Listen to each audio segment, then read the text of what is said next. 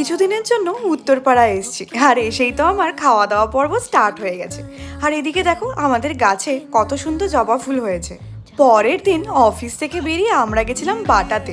মা বহুদিন ধরে বলছে জুতো কেনার কথা, বাট আমার অফিস এখন এত দূরে, তাড়াতাড়ি আর বেরোনো হয় না।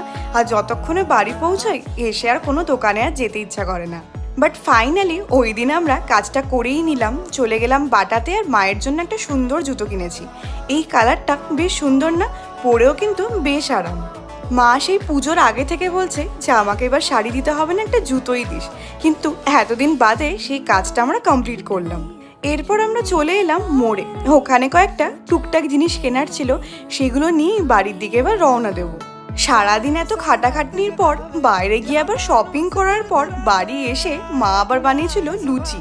সত্যি বলতে মায়েদের পক্ষে এগুলো সম্ভব। তো এই ভিডিওটা আমি এখানেই শেষ করছি, দেখা হচ্ছে পরের ব্লগে।